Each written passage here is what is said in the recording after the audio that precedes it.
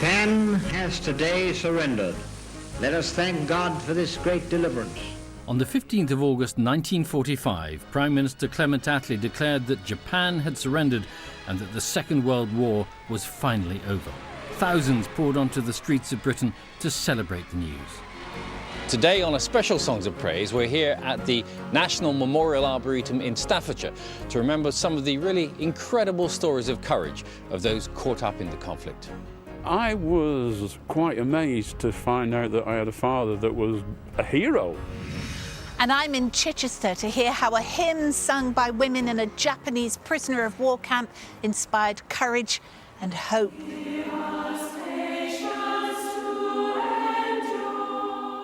He heard this choir singing and he thought it was the angels. And we examine how the wounds of war can be healed as one family of British and Japanese heritage embarks on a journey of discovery to learn about their loved ones. He said he would like to read the Bible. They're really shocked that they find out that there was a Japanese Christian person.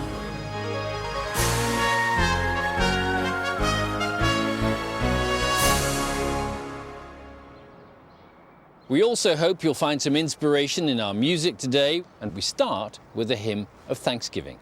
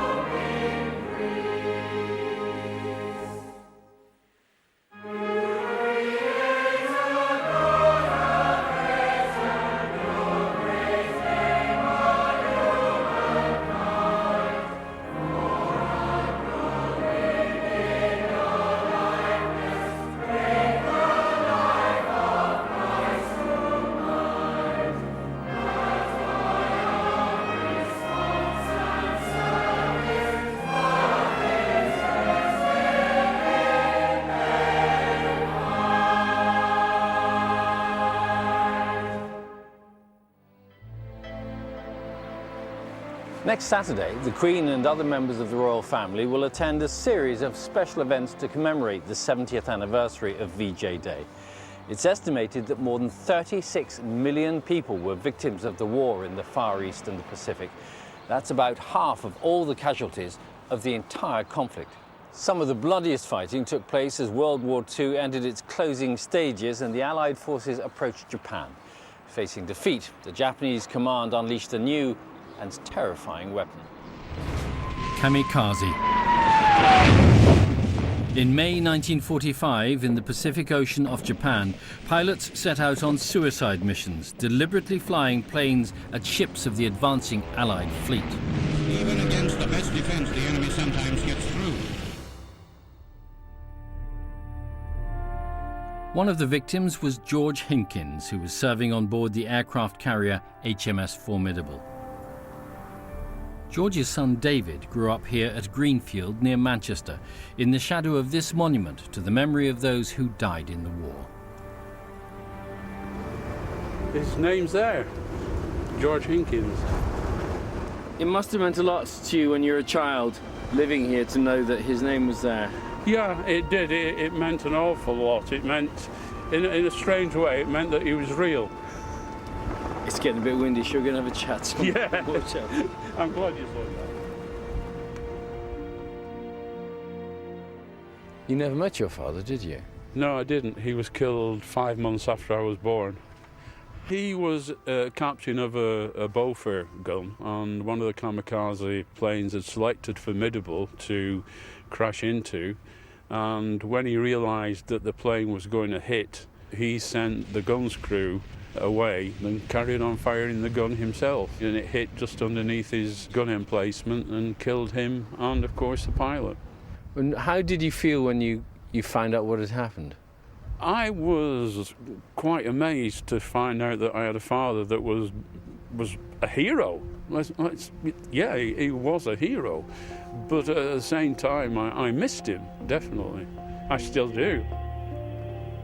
Many years later, I met the guys whose lives my father had saved, and they were with their sons and grandsons, and it was a question of jealousy and bitterness and, you know, why can't my father be here? Why does he have to die to save your lives?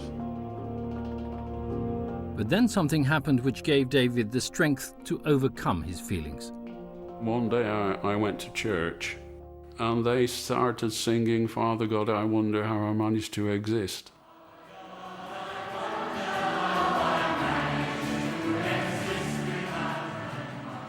I realised that even though I'd not got a father on this earth, that I'd got one in heaven that was looking after me.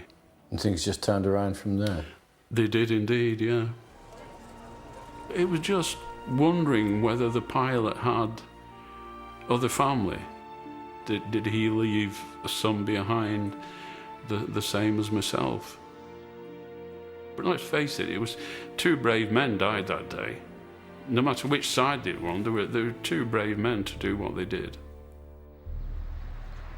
A story there of how faith helped David Hinkins find forgiveness. And we'll join David later as he receives some unexpected and revealing news about the kamikaze pilot who killed his father.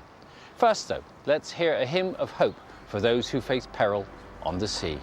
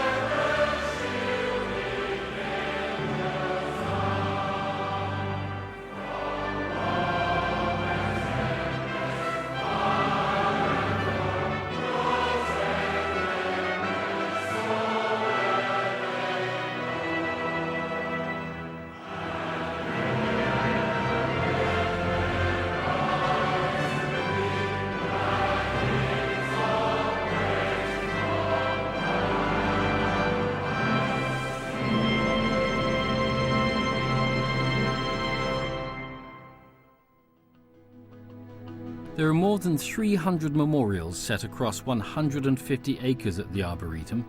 They include a section of the infamous Burma Railway built by Allied prisoners of war, 16,000 of whom died during its construction.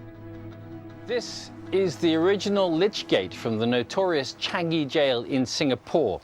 In 1942, there were more than 250,000 Allied military personnel and civilians in internment camps in the Far East, and over 80,000 of them were women and children. Pam Rhodes has been to meet one of them. I was 12 and a half years old when I was captured. There was my grandmother, my mother, and 5 children. Jane Elgee spent 4 years of her childhood in Japanese prisoner of war camps. We were trying to escape Singapore and trying to get on a boat, and we eventually got on the Matahari, and the Japanese spotted us and boarded the ship and took us to Muntok Pier. And then from there we went from one camp to another. Of all the places you went to, what were the worst memories, the worst conditions, and how was it? It was more starvation, and we never had any meat, hardly any, maybe a small piece between so many people. And the vegetables that came were rotten, really big cucumbers that were yellow, but we had to eat it. And we got some tapioca full of weevils, and the rice was full of weevils as well. And when you complained to the Japanese, they said that's meat, that with, you know, the worms. On returning home, Jane and her brother depicted life in captivity in these vivid drawings. Also in the camps with Jane was Sheila Brown, who passed on her experiences to her daughter Margie. Margie's mother told her the story of Margaret Dryborough, an English missionary who was also interned with Jane in the camps. Faith was there from the word go. And it's faith, really, you know, prayers every night, saying prayers. I think that's what got us through, really. Margaret Dryborough started a choir, and so then they were able to sing anthems and psalms. Margaret also composed hymns for the choir, one of which she called the Captives' Hymn. People were so moved by the words of the hymn that it very quickly became the camp hymn, and that was sung every Sunday throughout camp. When the choir was rehearsing in the kitchen, my brother was very ill in the hospital, and suddenly he heard this choir singing. He was dying, and he thought it was the angels singing, and it sort of bucked him up to hear them singing. It's getting me emotional. Sorry.